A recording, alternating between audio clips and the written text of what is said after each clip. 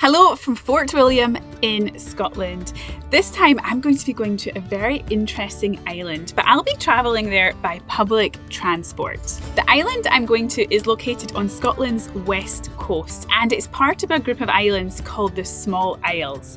You cannot bring your vehicle to this island, so that's why I'm leaving my camper van behind here in Fort William. Let's catch the train to the coast to go to the Isle of Canna.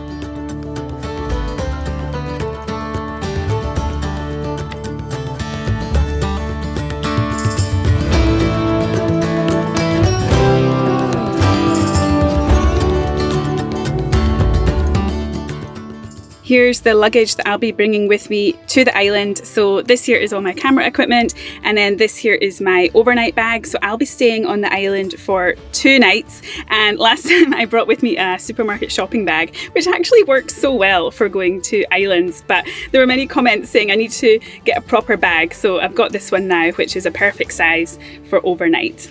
I generally travel by campervan, but if you don't have a vehicle or don't want to bring your vehicle to Scotland, you can easily catch a train to places like Mallaig or Oban and then catch a ferry to Scottish islands.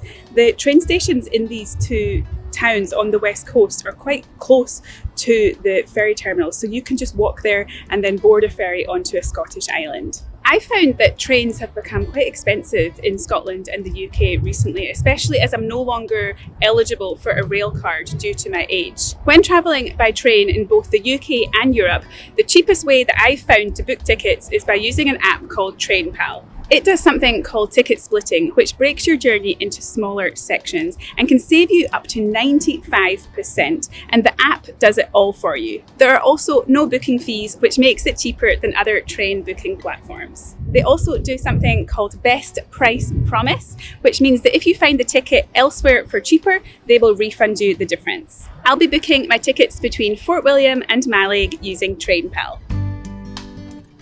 Even if you already have a rail card, which saves you 1/3 of rail ticket prices, you can get even further discounts by booking your tickets through TrainPal.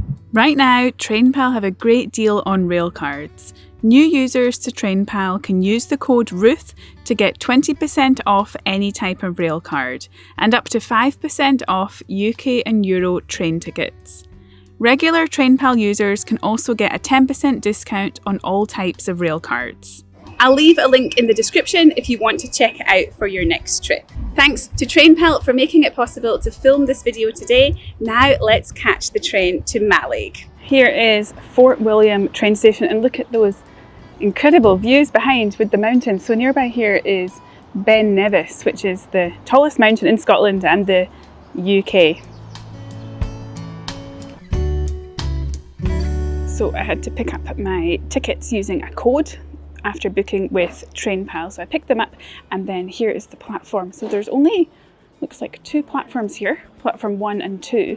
And then over there on the left side is the Caledonian sleeper train. So you can catch that train from different places in Scotland, Fort William, Inverness, Edinburgh, Glasgow, and then go all the way to London overnight. I actually did that journey earlier in the year, so I will link the video if you want to watch that. I went between Edinburgh and London.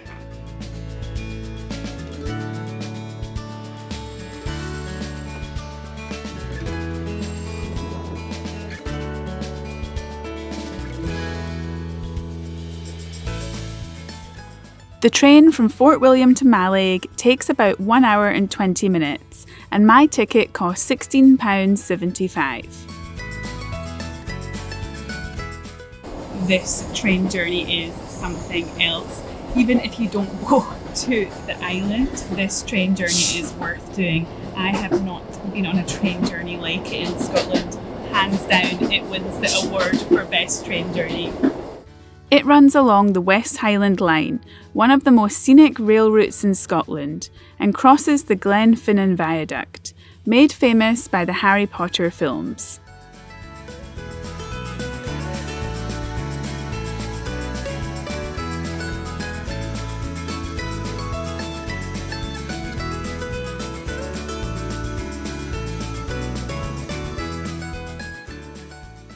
We have arrived into Mallaig. There's not much time, so I need to hurry and get the ferry.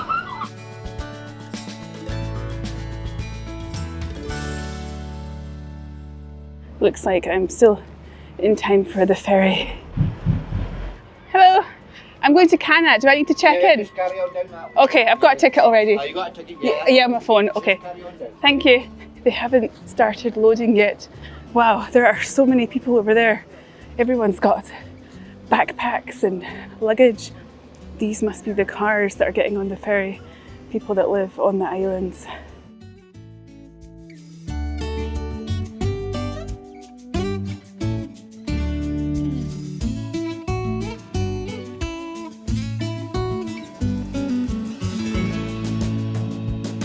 The ferry journey from Mallaig to Canna takes about 2 hours and 50 minutes, and my return journey as a foot passenger cost me £9.75. I took a ferry on a Wednesday, and the ferry made a stop at the Isle of Rum.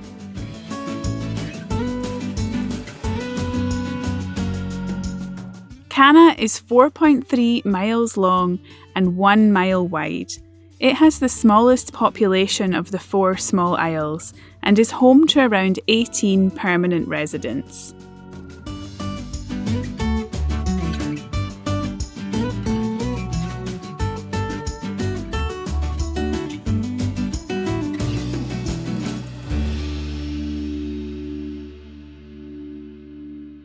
I have made it to the Isle of Canna, the most westerly of the small isles. The ferry took quite a long time to get here, and I got chatting to different people on the ferry. Many of them are here for a day trip, so they'll only have 2.5 hours here on the island, and then they'll be heading back to Mallaig.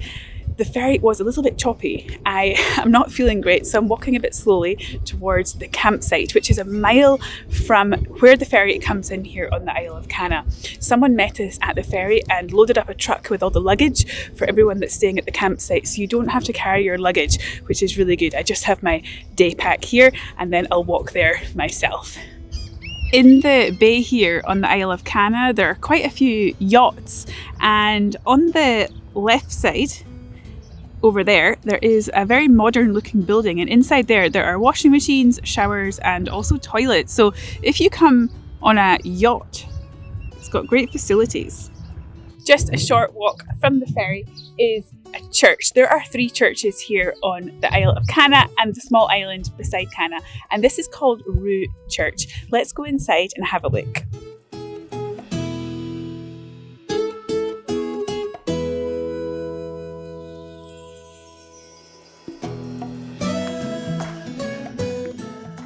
I have made it into the church. This church was a Protestant church, and it was built by some of the previous owners of the island. Actually, many of the residents who lived here on the island were Catholic, so they didn't use this church. It does look like they're doing some work on it at the moment.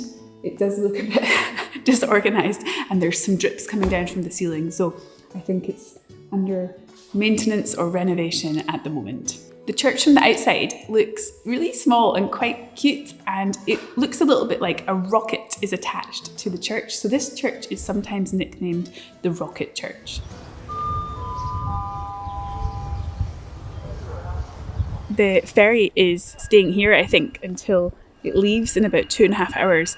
The ferry timetable for coming to the small isles is probably one of the more challenging ferry timetables to navigate in Scotland. It's a bit of a puzzle because the ferries don't go to all the islands every day, and also they hopscotch between some of the different small isles.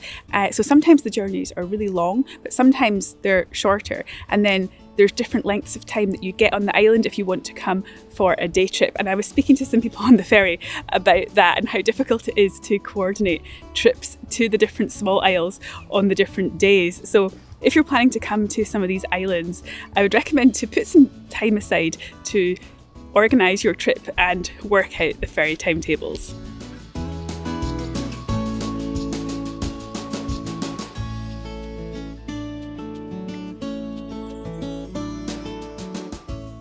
Just near the ferry actually is the Canna Cafe and also the community shop. I didn't really bring any food with me, so I'll need to be having meals here or in the shop.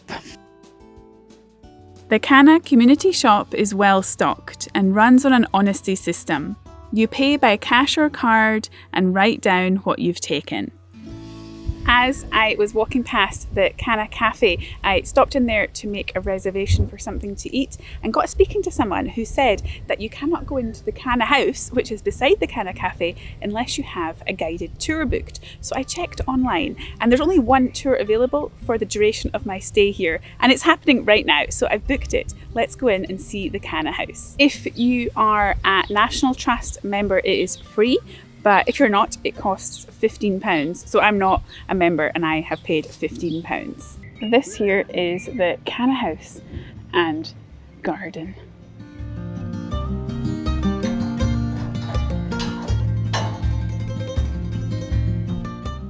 So here's some information about the garden. So they have a kitchen garden, a fruit garden, croquet lawn, pet graves, orchard, front lawn, wild meadow. To go inside, you go through this tunnel of trees. Wow, this is so fun. At the end of the tunnel is the house.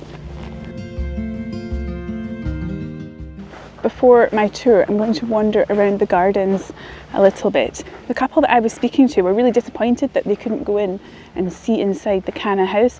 So if you're planning to come to Canna and you would like to see inside the house, make sure you book the guided tour in advance of your trip here. Wow, there are really beautiful flowers here in this garden. So it says through this gate you can access several walks, so I might do some of these while on the island.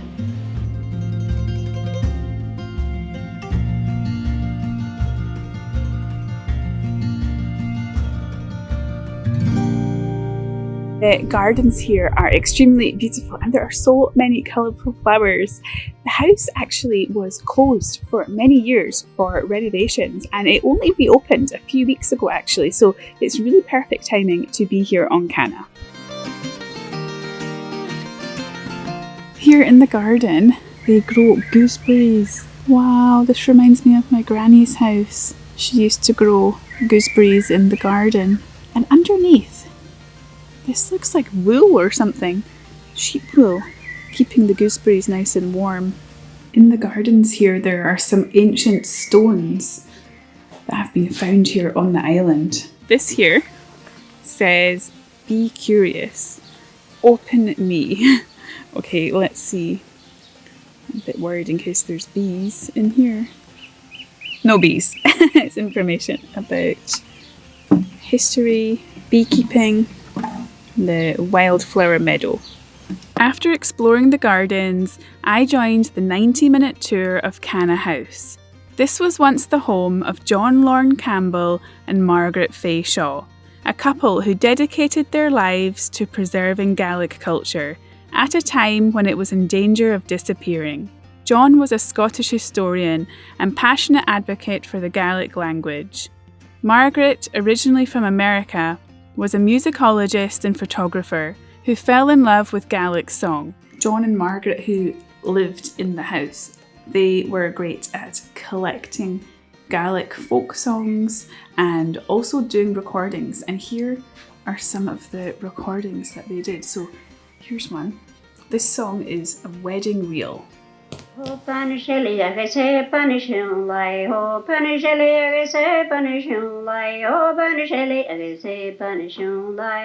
Together they travelled the Hebrides, collecting traditional stories, songs and ways of life, much of which would have been lost without them. In 1938, they bought the island of Canna, not for status, but to protect its fragile culture and environment.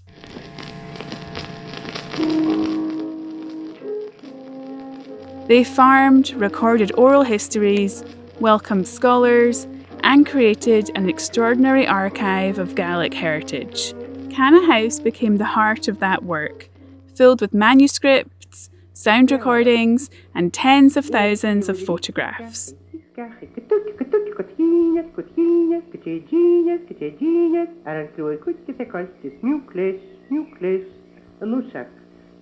In 1981, John donated the island to the National Trust for Scotland, hoping it would continue to inspire and preserve what they had cared for so deeply.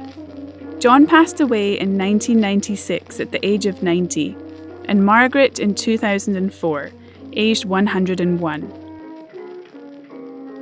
After a 9-year and £3.6 million renovation, Canna House has been beautifully restored. Most of the archive is kept behind the scenes, but the house itself now tells their story. I really enjoyed the guided tour inside Canna House. If you come here to Canna, I highly recommend that you do the guided tour inside the house here. There's no photographs or videos allowed, but inside, it's a museum, but it doesn't really feel like that. You feel like you are stepping inside someone's home. It's as if they just walked out and you're stepping into how their home was. My favourite thing out of personal interest is all the old antique furniture. I love antique furniture, and it was so nice to see all the furniture. There are lots of items that they've collected over the years as well. When you're in the rooms, there's just so much to look at. Definitely suggest you to book a tour here at Canna House if you come. I've been wondering recently if it's worth joining the National Trust. I'm not sure how much it is, I need to check, but if you are a member of the National Trust, please let me know in the comments if you feel like it's worth the membership fee. I headed to the Canna Cafe for dinner and enjoyed a Canna beer with a foraged kelp salad followed by crab linguine.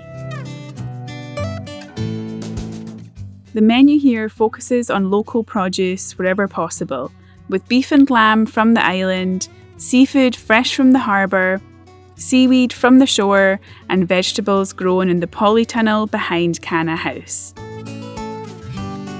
I really enjoyed my meal in the Canna Cafe.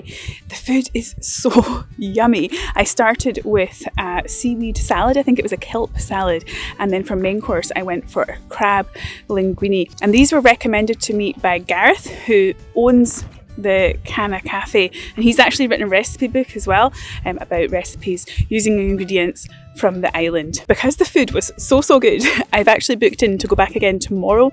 So if you want to have fresh seafood, they need to go out and catch it, so you can put in an order for what you want to have, and then they'll go and catch it and then they'll serve it. So you can do that for crab and lobster. So for tomorrow, I've put in an order for a lobster. So I'm going to be going back again tomorrow for dinner at the Canna Cafe. The harbour here is quite sheltered, and there's quite a number of yachts in, and many of them have come ashore and gone to the Canna Cafe. They're having drinks, they're going to the shop, and they're also having food as well at the cafe. So that's why I think it's important to make a reservation if you want to eat at the Canna Cafe, because there's people who are staying on the island, but then there's also people coming on the boats as well.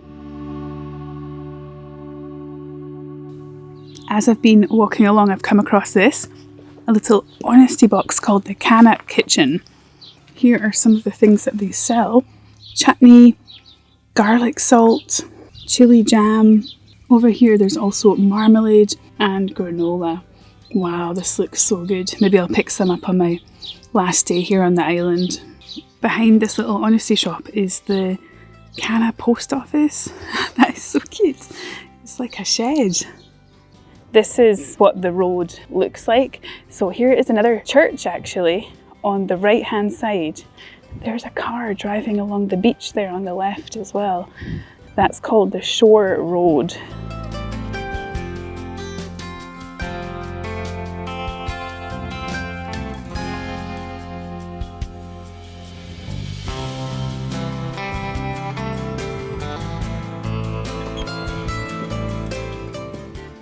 So this is called St. Columba's Chapel. Wow, quite different to the first church I went inside.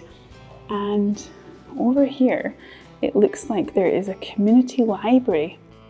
Many interesting books. You need to write down what book you borrowed inside there.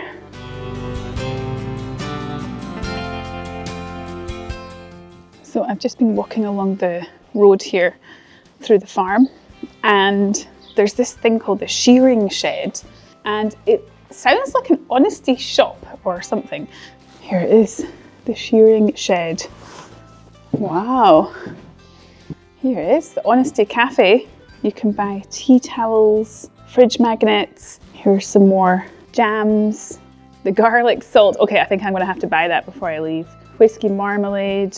And then over here, there is a little cafe. So you can have tea, coffee, drinks, there's crisps as well. And then over here are some more snacks that you can buy. Wow, this is fantastic. In the corner, it looks like there's a stage over there. So maybe they do events in here sometimes as well. This would be fun to have music and drinks in here. This is great. My first impression so far of Canna is that I really like it. It feels a fantastic island. Looking forward to seeing more. Now I'm going to try and find my accommodation.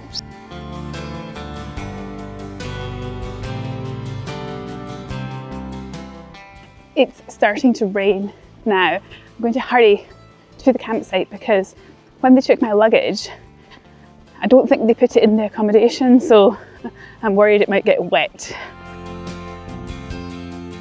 It looks like the campsite is up here to the right. I can see a sign saying Canna campsite up here. Much of the day-to-day running of the farm and community projects is overseen by the Isle of Canna Community Development Trust, made up of local residents. The trust was established to support sustainable population growth through quality jobs, services, facilities and affordable housing. It also manages local assets and encourages all residents to get involved, including by becoming directors. Here are the pods up here, and this is where I'm staying. I'm staying in one called Puffin, which I think is this one here. This is where you pick up the luggage, so I think my luggage is in here. There's my bag. The Canna campsite offers a range of options, from basic camping to pods, caravans, and a bunkhouse. I booked a pod for 2 nights, including bedding, for a total of £125.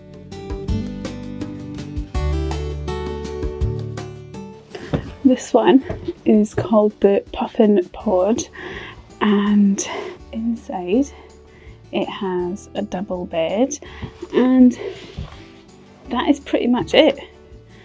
There's no electricity, but the view's pretty great. Look at that. Just in front of the pods here, there are toilets and showers. So there's a toilet. Looks like there might be tap water behind there for filling up bottles. And this here is the shower room. This is what it looks like, so at least there is a shower. That's good. I brought these with me. Luckily there's no stove inside the room, but there is one up at this cooking shed.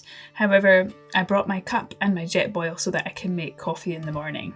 I am pretty happy with the pod. It is definitely a step up from camping, and it's really great not having to bring the tent, which doesn't really cope very well in windy conditions, bring the sleeping bag, bring the air mat, which sometimes deflates. So I think it's great to be staying in here. I'm going to have a bit of an early night and I'm going to read some of this book. So this is actually a book about John Lorne Campbell and about the Isle of Canna. Highly recommend you to get this book and read it if you're interested to know more about the island. Good morning from the pod. I slept for 11 hours last night. I didn't set an alarm and it was so quiet. There were a few sheep and there was a cuckoo at 4 a.m, but pretty much slept for 11 hours, which is amazing.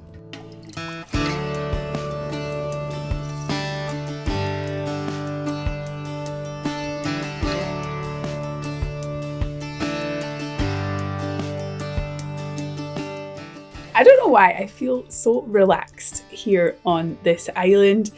Some islands just give you such a nice feeling, and this one has it, and it's hard to explain what I mean by that.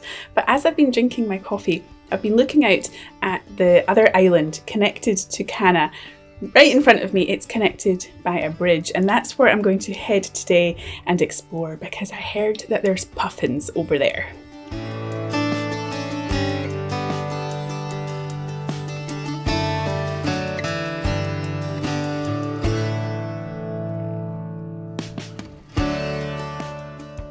I've crossed the bridge and made it on to the Isle of Sandy. There are two routes that you can take when you get onto this island. One goes up the hill and one goes along the shore. I'm going to take the one along the shore because I want to look out for birds and maybe otters. I don't know if there's otters here, but you never know. Sandy is a tidal island linked to Canna by a bridge. At its peak in 1807, Canna and Sandy had a population of roughly 300 inhabitants. When the kelp industry collapsed and the highland clearances took hold, population numbers plummeted. Walking along this shore road feels like going back in time. It's like how a road would have been a long, long time ago. And there is so much seaweed. This is probably what I ate for dinner last night in my seaweed salad. I really love that seaweed is being used again in dishes, like in the restaurant last night when I was on the Isle of Mull recently. I tried a seaweed hot sauce which was very good. It is so delicious, and when I lived in Japan I ate seaweed all the time. It's such a huge part of the diet there, but it used to be such a big part of the diet here in Scotland, but other foods became more affordable and available. People stopped eating seaweed as much, but it's so nice that it's coming back. Canna Primary School is located on Sandy. While it's not currently in use due to a lack of pupils, the building is maintained by the Highland Council and is ready to reopen should the need arise. Wow, the views from this island over to Canna are great. Definitely recommend to come over here so you can see Canna from a different perspective.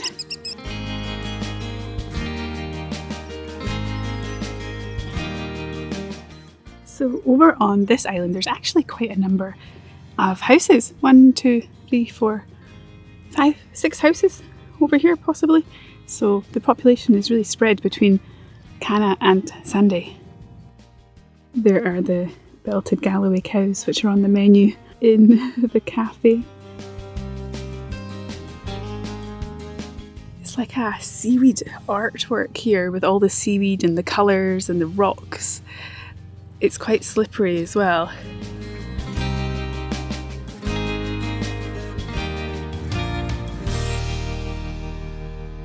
So as I've been walking, I've come across this sign here. So it's indicating the puffins are up this way. On the left is actually where the Calmac ferry came in yesterday. And then up here is the third church. Behind me is St Edward's Chapel. This was a church and there was plans to turn it into a Gaelic language study centre, but because there's water ingress, it's not been possible and the building is currently closed. There's the entrance to the church, padlocked shut. What a shame.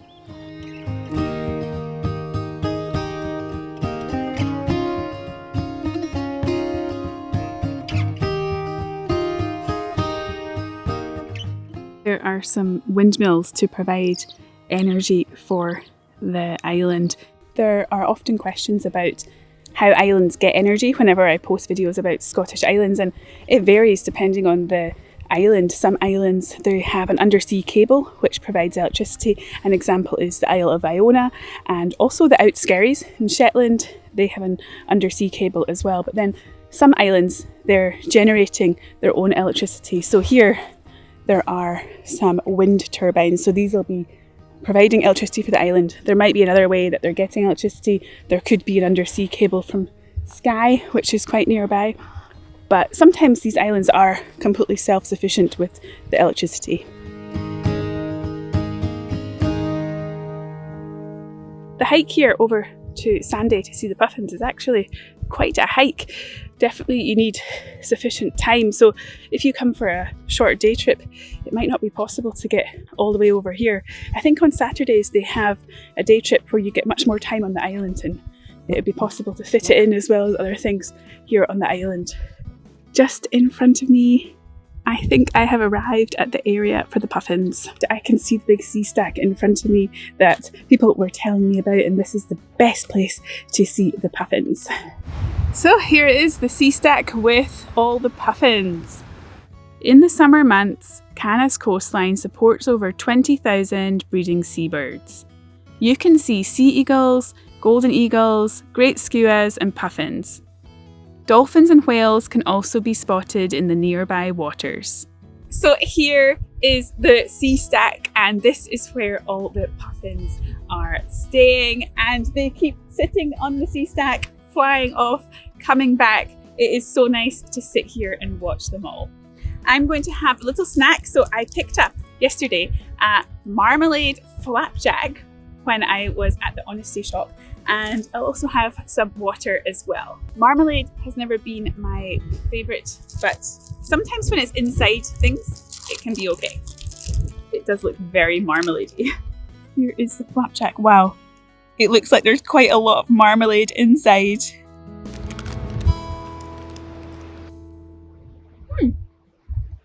Okay, this is really nice.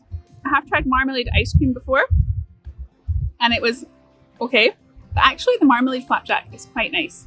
The marmalade goes quite nicely with the oats and the dates inside. Worth a try.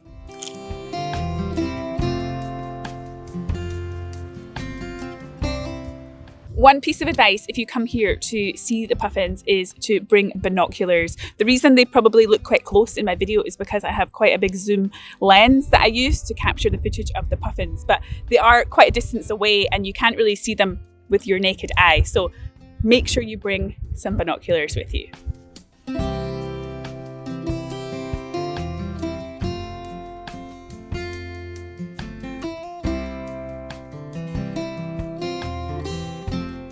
On my way here, I passed by the shearing shed, the Honesty Cafe, and I saw a poster outside saying there's a ceilidh tonight at 7:30. Bring your instrument and your dancing shoes. So that looks great. I might head along to that later. As I have been walking, I've come across the grave here for John Lorne Campbell, the previous owner of the island. The gravestone looks like it's been written in Gaelic.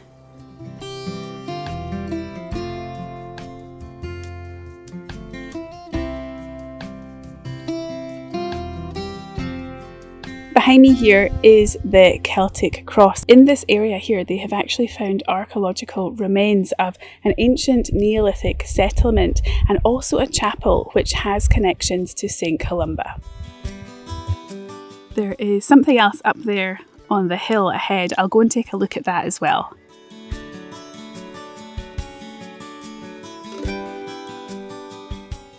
This stone here is called the punishment stone, and bad people, I'm not sure what they had done wrong, but they had to put their thumb in the side of this stone.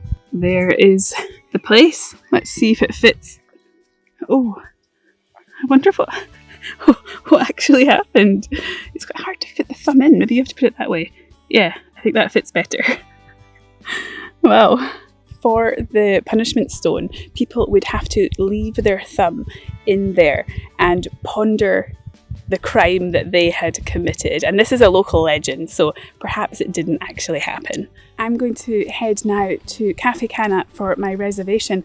And I was thinking to change the reservation to a bit later, but the signal on Canna is actually very patchy. So I'm with Vodafone. I think if you're with EE, it would definitely be better coverage here, but this actually, out of all the Scottish islands I've been to, has the worst coverage of any island, which is quite interesting. But it is quite remote and quite west. But it's been quite nice not having signal. And if you do need Wi-Fi, you can go into the shop, the shearing shed, and also the cafe. But at the campsite and when you're walking around, there's really not much network coverage.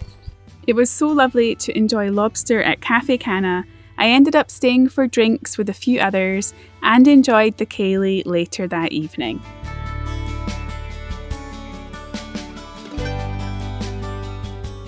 It was hosted by a group called Sessions and Sail, who travel between Scottish islands by boat, putting on events like this along the way.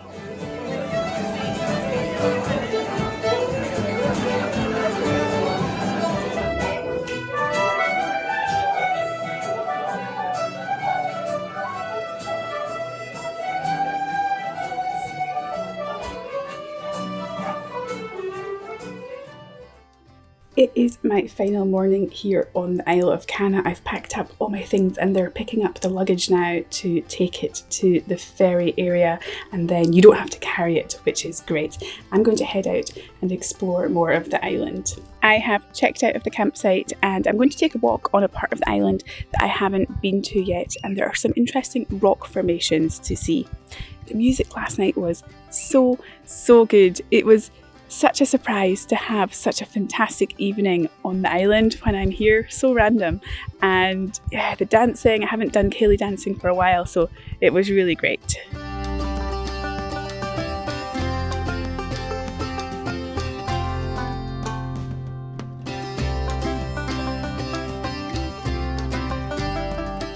I have arrived here at the Columns. It's not that far a walk, only about 30 minutes from the campsite.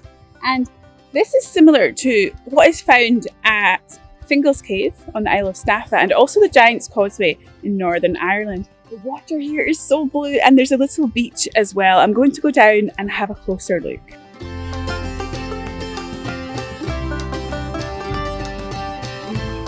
These are so impressive.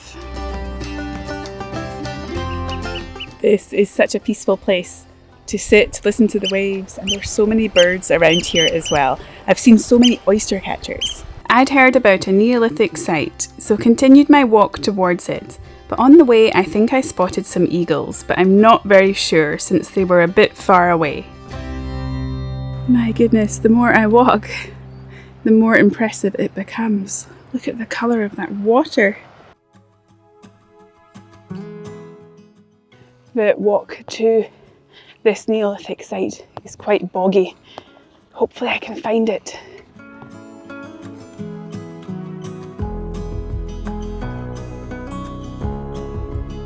This is a souterrain, an underground chamber likely used for storing food or valuables. You can squeeze inside and see the stone-lined room.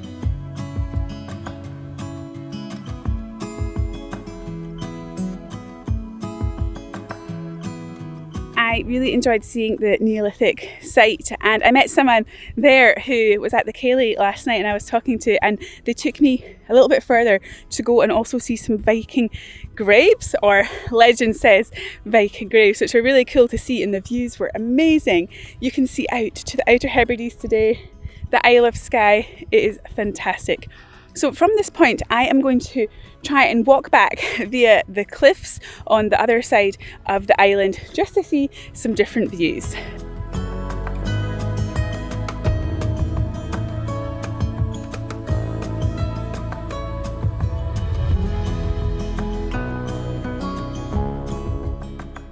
Amazing. This view is the Cullen mountain range on Skye. Look at the drop down from the top of these cliffs. The path is pretty tough going, to be honest. It's quite hard. The place that I'm aiming for is called Campus Hill, and it has finally come into view behind. At some points I felt like this walk would never end. It is very tough going, but it is really calm and really still today, and you can see fantastic views out to the Isle of Skye and the Isle of Rum.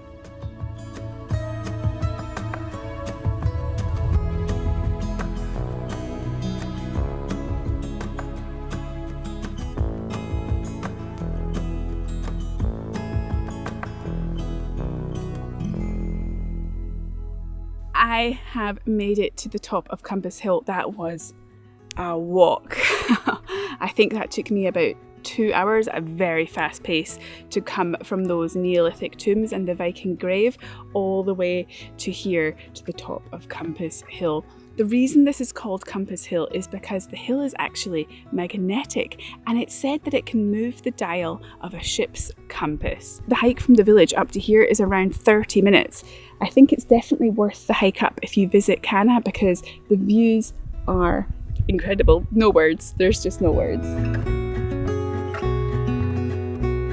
As I'm walking back down, I've come across the ruins here of a castle in the cliff here. Can you see it? So this is called Corrigan Castle, and it was built in the 16th century, and it looks out over towards the Isle of Skye.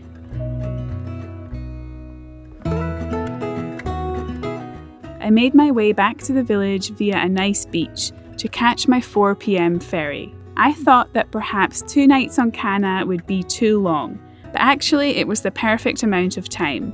I totally loved my visit to this beautiful island, and I realised that I really like the feel of National Trust Islands. It reminded me a bit of Fair Isle, with its welcoming community. Thank you so much for watching, and I'll see you next time.